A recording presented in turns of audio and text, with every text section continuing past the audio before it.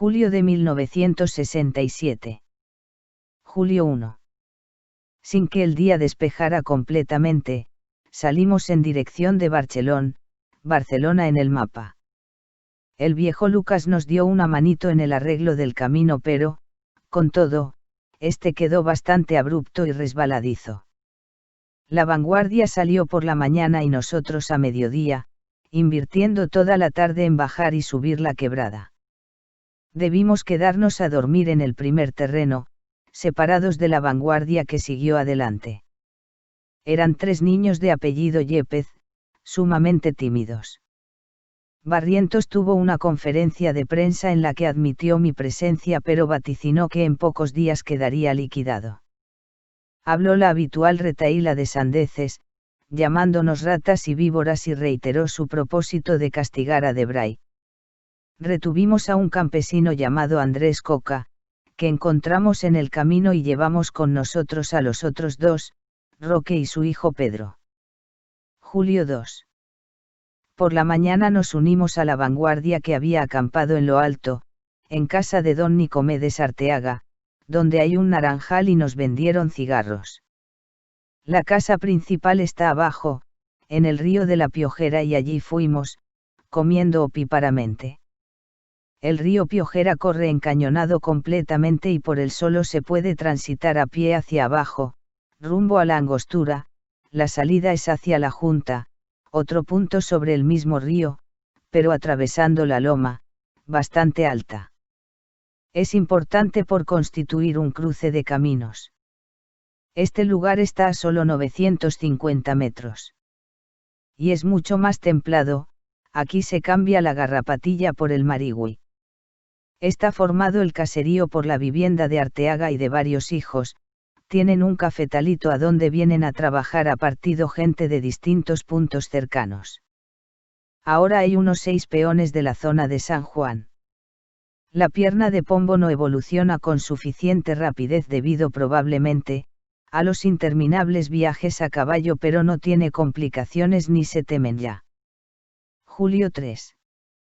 Seguimos allí todo el día, tratando de darle mayor descanso a la pierna de Pombo. Las compras se están haciendo a precios altos y esto hace que los campesinos mezclen el miedo con el interés y nos consigan las cosas. Saqué unas fotos que me valieron el interés de todos ellos, veremos cómo las revelamos, las ampliamos y se las hacemos llegar. 3 problemas. Un avión pasó por la tarde y por la noche alguien habló del peligro de los bombardeos nocturnos y todo el mundo salía por la noche, cuando lo atajamos, explicándoles que no había peligro. Mi asma sigue dando guerra. Julio 6. Salimos temprano rumbo a Peña Colorada, cruzando una zona habitada que nos recibía con terror. Al atardecer llegamos al Alto de Palermo, 1600 metros, e iniciamos la bajada hacia ese punto, donde hay una pequeña pulpería en la que compramos por las dudas. Ya de noche desembocamos en la carretera donde solo hay una casita de una vieja viuda. La vanguardia no estuvo muy feliz en la toma de la misma por indecisiones. El plan era tomar un vehículo que viniera de Sumaipata, averiguar las condiciones reinantes y partir hacia allí con el conductor del vehículo, tomar el DIC, comprar en la farmacia, saquear el hospital, comprar alguna latería y golosinas y retornar. Se cambió el plan porque no venían vehículos de Sumaipata y se tuvieron noticias de que no estaban deteniendo vehículos en esa localidad, es decir, la barrera estaba alta. Fueron comisionados para la acción Ricardo, Coco, Pacho, Aniceto, Julio y Chino. Pararon un camión que venía de Santa Cruz, sin novedad, pero detrás venía otro que paró por solidaridad y también hubo que detenerlo. Allí comenzó el tira y afloja con una señora que viaja en el camión y no quería bajar a su hija. Un tercer camión paró a ver qué pasaba y ya se obstruyó el camino, parando un cuarto, ante la indecisión de la gente. Se arreglaron las cosas y quedaron los 4 vehículos a un costado y un chofer hablaba de descanso cuando le preguntaban. La gente salió en un camión, llegó a Sumaipata, capturó 2 carabineros, luego al teniente Bacaflor, jefe del puesto, y al sargento lo hicieron decir la contraseña y tomaron en acción relámpago el puesto con 10 soldados, tras una breve escaramuza con cruce de disparos con un soldado que se resistió. Se lograron capturar 5 Mausers y una ametralladora pequeña, y subieron los 10 presos, dejándolos desnudos a 1 kilómetro de Sumaipata. En el orden de los abastecimientos, la acción fue un fracaso. El chino se dejó mangonear por Pacho y Julio y no se compró nada de provecho, y en las medicinas, ninguna de las necesarias para mí, aunque sí las más imprescindibles para la guerrilla. La acción se realizó ante todo el pueblo y la multitud de viajeros, de manera que se regará como pólvora. A las 2 ya estábamos caminando de vuelta con el botín. Julio 7. Caminamos sin descanso hasta llegar a un campo de caña donde un hombre nos había recibido bien la vez anterior, a 1 legua de la casa de Ramón. El miedo sigue entronizado en la gente. El hombre nos vendió un puerco y fue amable, pero nos previno que había 200 hombres en Los Ajos y que su hermano acababa de venir de San Juan y anunciaba que allí había 100 soldados. Quería sacarse unas muelas pero prefirió no hacerlo. El asma mía está en aumento. Julio 8. Caminamos desde la casa de la caña hasta el río Piojera, con precauciones, pero todo estaba limpio y no había ni rumores de soldados, y la gente que venía de San Juan negaba que allí hubiera soldados. Parece que fue una treta del hombre para que nos fuéramos. Caminamos unas 2 leguas por el río hasta el Piray y de allí 1 legua hasta la cueva, a donde llegamos anocheciendo. Estamos cerca del filo. Me inyecté varias veces para poder seguir usando al final una solución de adrenalina al 900 preparada para colirio. Si Paulino no ha cumplido su misión, tendremos que retornar al Ñancahuasu a buscar medicamentos para mi asma. El ejército dio el parte de la acción, reconociendo un muerto que se debe haber producido en el tiroteo. Ricardo, Coco y Pacho tomaron el cuartelito. Julio 9. Al salir, perdimos el camino y pasamos la mañana buscándolo. A mediodía seguimos uno no muy claro que nos llevó a la mayor altura alcanzada hasta ahora, 1840 metros. Poco después se llegó a una tapera donde hicimos noche. No hay seguridad sobre el camino al filo. La radio dio la noticia de un acuerdo de 14 puntos entre los trabajadores de Catavi y Siglo XX y la empresa Comibol. Constituye una derrota total de los trabajadores. Julio 10. Salimos tarde, porque se había perdido un caballo, que apareció luego. Pasamos por la altura máxima 1900 metros, por un camino poco transitado. A las 15:30 se llegó a una tapera donde decidimos pernoctar, pero la sorpresa desagradable fue que se acababan los caminos. Se mandó exploración a unas sendas desechadas, pero no conducen a ningún lado. Enfrente se ven unos terrenos que podían ser el filo. La radio dio la noticia de un choque con guerrilleros en la zona de El Dorado, que no figura en el mapa y es ubicado entre Sumaipata y Río Grande. Reconocen un herido y nos atribuyen 2 muertos. De otro lado, las declaraciones de Debray y el Pelado no son buenas. Sobre todo, han hecho una confesión del propósito intercontinental de la guerrilla, cosa que no tenían que hacer. Julio 11. Al retornar, en un día lluvioso y de bruma intensa, perdimos todos los caminos, quedando en definitiva, separados de la vanguardia que bajó reabriendo una vieja senda. Matamos un ternero. Julio 12. Todo el día lo pasamos esperando noticias de Miguel, pero solo al anochecer llegó Julio con la noticia de que se había bajado a un arroyo que corría en dirección sur. Quedamos en el mismo lugar. El asma me dio una tanda regularcita. Ahora la radio trae otra noticia que parece verídica en su parte más importante. Habla de un combate en el Iquira, con un muerto de parte nuestra, cuyo cadáver llevaron a Lagunillas. La euforia sobre el cadáver indica algo de verdad. Julio 13. Por la mañana bajamos una loma empinada y resbaladiza, dado lo malo del tiempo, encontrando a Miguel a las 11:30.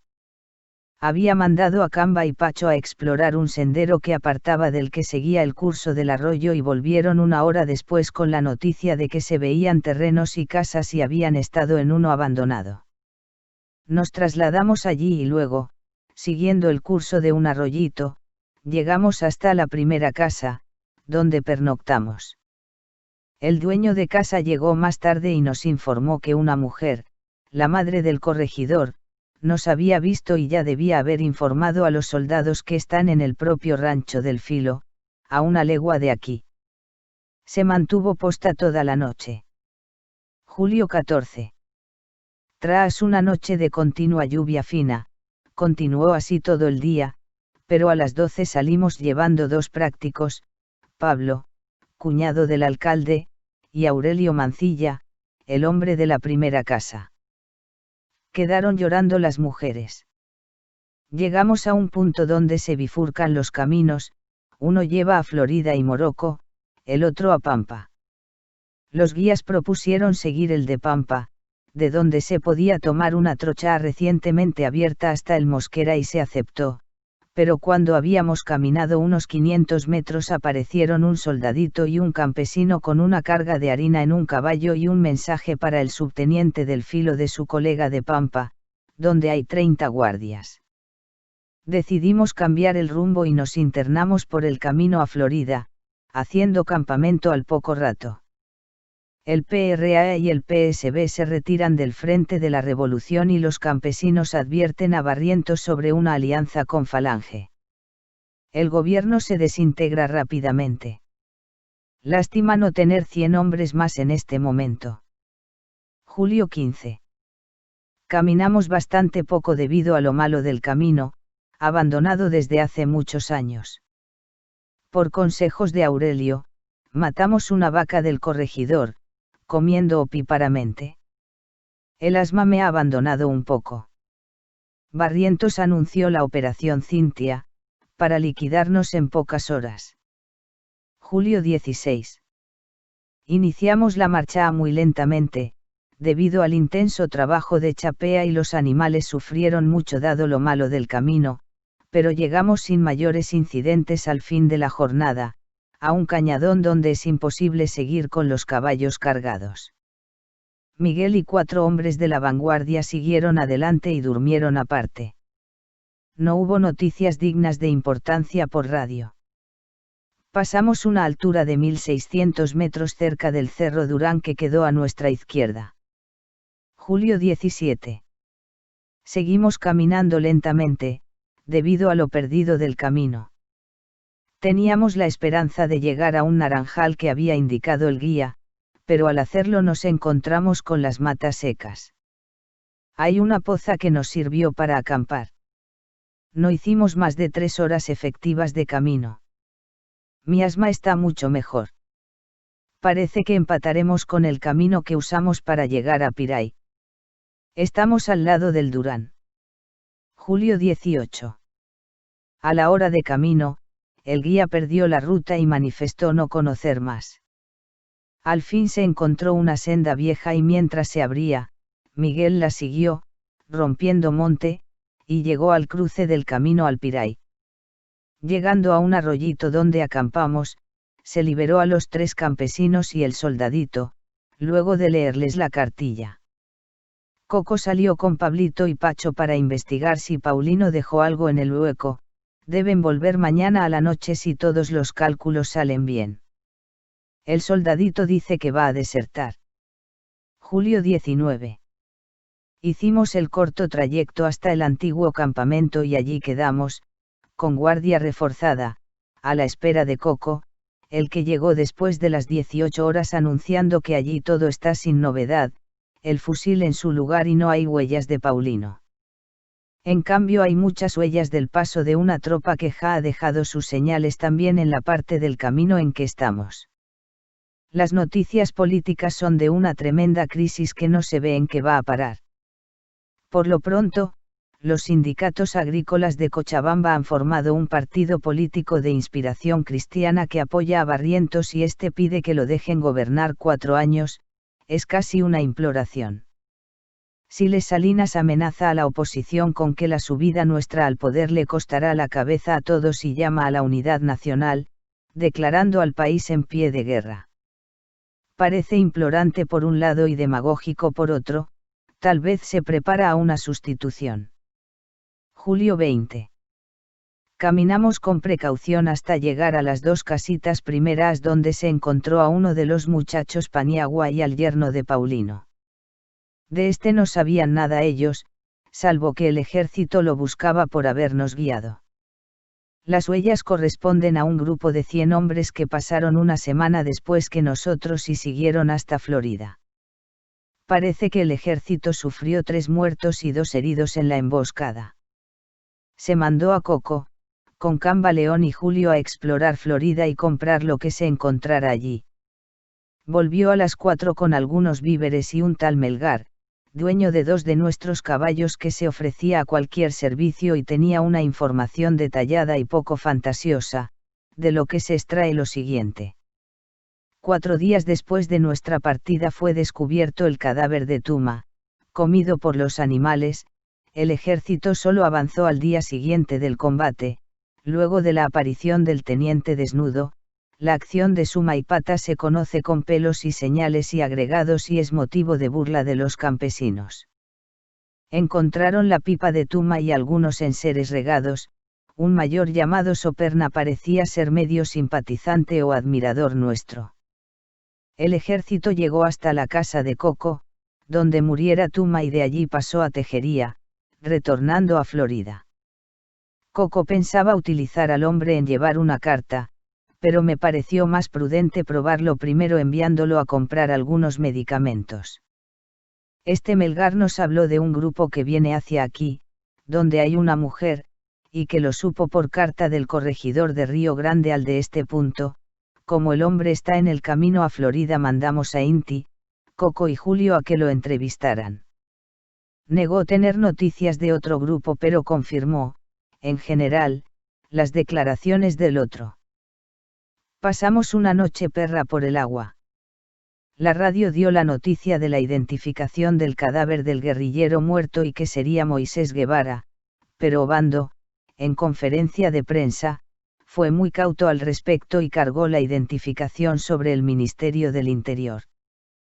Cabe la posibilidad de que sea todo una farsa o inventada la supuesta identificación. Julio 21. Pasamos el día en calma. Se habló con el viejo Coco sobre la vaca que nos había vendido sin ser de él, y luego dijo que no se la habían pagado, pero negó enfáticamente el hecho. Lo emplazamos a que pagara. Por la noche fuimos a Tejería, comprando un puerco grande. Aquella gente recibió muy bien a Inti, Benigno y Aniceto, que son los que fueron. Julio 22. Salimos temprano, con abundante carga en hombros y animales y la intención de despistar a todo el mundo sobre la realidad de nuestra presencia. Dejamos el camino que conduce a Morocco y tomamos el de la laguna. A 1 o 2 kilómetros al sur. Desgraciadamente, ignorábamos el resto y debimos mandar exploradores. En el interín, Mancilla y el muchacho Paniagua aparecieron por la laguna campeando ganado. Fueron apercibidos de no decir nada, pero ya la cosa es muy distinta. Caminamos un par de horas durmiendo a la vera de un arroyo que tiene una senda hacia el sureste, siguiendo su curso y otras menos marcadas al sur. La radio trae la noticia de que la mujer de Bustos, Pelao, confirma que me vio aquí, pero dice que vino con otras intenciones. Julio 23. Permanecimos en el mismo campamento mientras se mandaban exploraciones por los 2 caminos posibles. Uno de ellos conduce al río Seco, en un punto en que ya el Piray le da sus aguas y todavía no las absorbe la arena, es decir, entre la emboscada que pusimos y Florida. El otro conduce a una tapera a unas 2-3 horas de camino y según Miguel, que hizo la exploración, de allí es posible salir al Rosita. mañana tomaremos ese camino, que puede ser uno de Melgar, según los cuentos hechos por a Coco y Julio. Julio 24. Caminamos unas 3 horas siguiendo la senda explorada, la que nos hizo trasponer alturas de 1000 metros, acampando a 940 metros a la orilla de un arroyo. Aquí se acaban los caminos y el día de mañana íntegro debe dedicarse a la búsqueda de la mejor salida. Aquí hay una serie de terrenos en producción que indican su relación con Florida, podría ser el lugar llamado Canalones. Estamos tratando de descifrar un largo mensaje de Manila.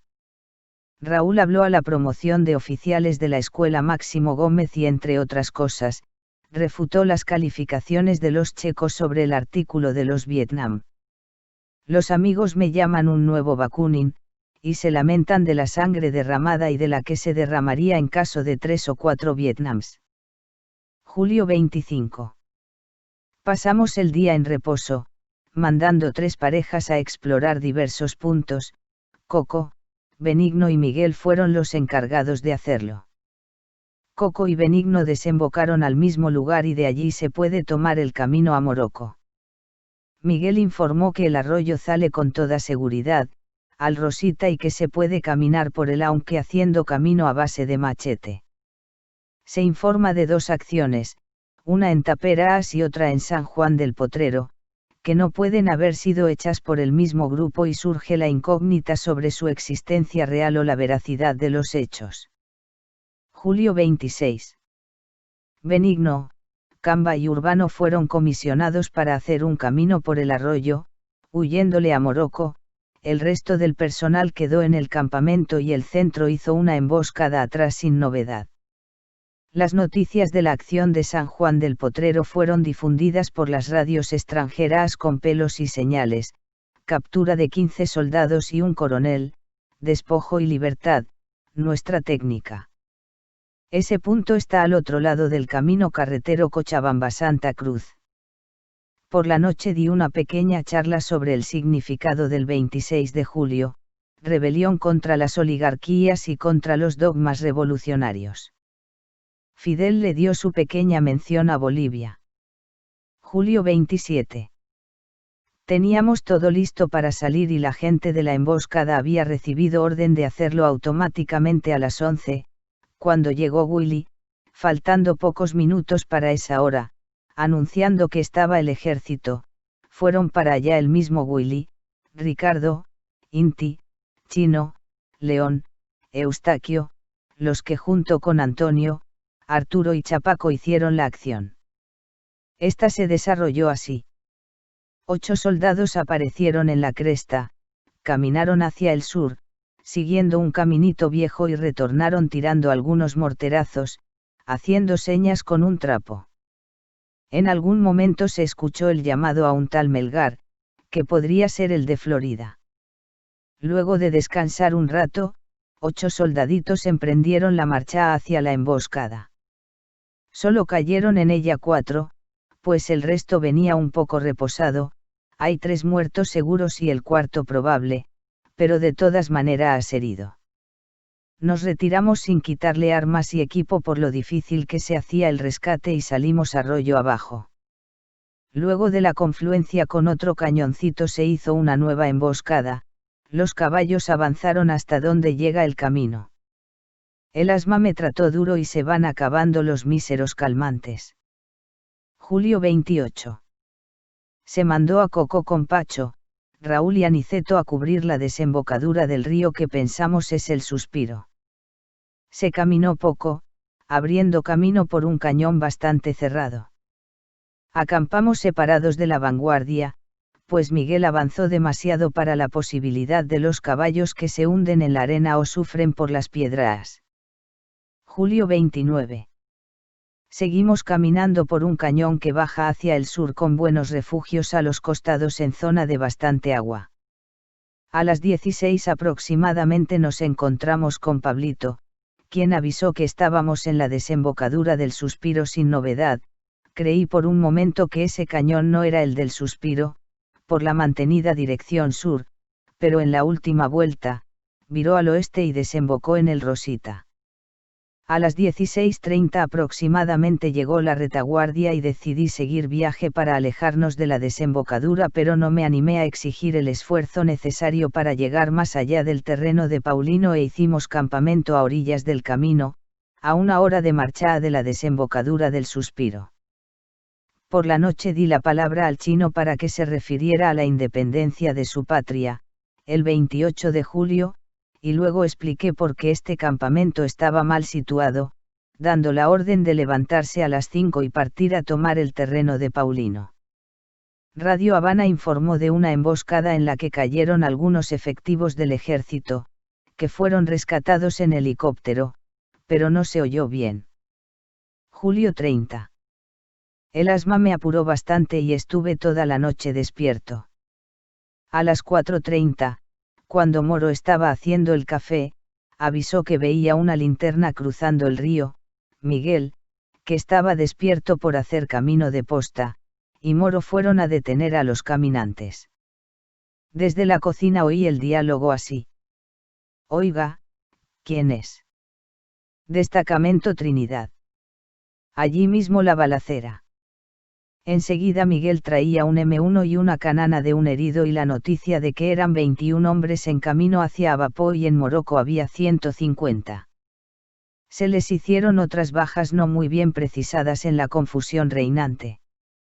Los caballos tardaron mucho en ser cargados y el negro se perdió con el hacha y un mortero que se le había ocupado al enemigo. Ya eran cerca de las 6 y todavía se perdió más tiempo porque se cayeron algunas cargas. Resultado final fue que ya en los últimos cruces estábamos bajo el fuego de los soldaditos quienes se envalentonaron. La hermana de Paulino estaba en su terreno y con gran tranquilidad, nos recibió, informando que todos los hombres de Morocco habían sido apresados y estaban en la paz. Apuré a la gente y pasé con Pombo, nuevamente bajo el fuego, el cañón del río donde se acaba el camino y por ende, se puede organizar la resistencia. Mandé a Miguel con Coco y Julio a que tomaran la delantera mientras yo espoleaba la caballería. Cubriendo la retirada quedaban 7 hombres de la vanguardia, 4 de la retaguardia y Ricardo, que se rezagó para reforzar la defensa. Benigno, con Darío, Pablo y Camba, estaba en la margen derecha, el resto venía por la izquierda. Acababa de dar la orden de descanso, en la primera posición aceptable, cuando llegó Camba con la noticia de que habían caído Ricardo y Aniceto. Cruzando el río, envié a Urbano con el ñato y León con 2 caballos y mandé a buscar a Miguel y Julio, dejando a Coco de posta hacia adelante. Estos pasaron sin recibir instrucciones mías y, a poco, Camba de nuevo con la noticia de que los habían sorprendido junto con Miguel y Julio, que habían avanzado mucho los soldados y que aquel había retrocedido y esperaba instrucciones. Le reenvié al Camba más Eustaquio y quedamos solo Inti, Pombo, Chino y yo. A las 13 mandé a buscar a Miguel dejando a Julio de posta adelantada y me retiré con el grupo de hombres y los caballos. Cuando llegaba a la altura de la posta de Coco, nos alcanzaron con la noticia de que habían aparecido todos los sobrevivientes. Raúl estaba muerto y Ricardo y Pacho heridos. Las cosas sucedieron así. Ricardo y Aniceto cruzaron imprudentemente por el limpio e hirieron al primero. Antonio organizó una línea de fuego y entre Arturo, Aniceto y Pacho lo rescataron, pero hirieron a Pacho y mataron a Raúl de un balazo en la boca. La retirada se hizo dificultosamente, arrastrando a los 2 heridos y con poca colaboración de Willy y Chapaco, sobre todo de este último. Luego se le juntaron Urbano y su grupo con los caballos y Benigno con su gente, dejando desguarnecida la otra ala por la que avanzaron sorprendiendo a Miguel. Tras una penosa marcha por el monte, salieron al río y se nos unieron. Pacho venía a caballo, pero Ricardo no podía montar y hubo que traerlo en hamaca. Envié a Miguel, con Pablito, Darío, Coco y Aniceto a que tomara la desembocadura del primer arroyo, en la margen derecha, mientras nosotros curábamos los heridos. Pacho tiene una herida superficial que le atraviesa las nalgas y la piel de los testículos, Pero Ricardo estaba muy grave y el último plasma se había perdido en la mochila de Willy. A las 22 murió Ricardo y lo enterramos cerca del río, en un lugar bien oculto, para que no lo localicen los guardias. Julio 31. A las 4 salimos por el río y, luego de cruzar un atajo, nos largamos río abajo sin dejar huellas, llegando por la mañana al arroyo donde estaba emboscado Miguel, que no había entendido la orden y dejó huellas. Caminamos río arriba unos 4 kilómetros y nos metimos al monte, borrando huellas de nuestro paso y acampando cerca de un afluente del arroyo. Por la noche expliqué los errores de la acción: primero, mal situado el campamento; segundo, mal uso del tiempo, lo que les permitió tirotearnos; tercero, exceso de confianza que hace caer a Ricardo y luego a Raúl en el rescate; cuarto, falta de decisión para salvar toda la impedimenta. Se pierden 11 mochilas con medicamentos, prismáticos y algunos útiles conflictivos, como la grabadora en que se copian los mensajes de Manila, el libro de Debray anotado por mí y un libro de Trotsky, sin contar el caudal político que significa para el gobierno esa captura y la confianza que le da a los soldados. Calculamos unos 2 muertos y hasta 5 heridos de ellos, pero hay 2 noticias contradictorias: una, del ejército, reconociendo 4 muertos y 4 heridos el día 28, y otra de Chile, habla de 6 heridos y 3 muertos del 30. El ejército da después otro parte en que anuncia la toma de un cadáver y que un subteniente está fuera de peligro.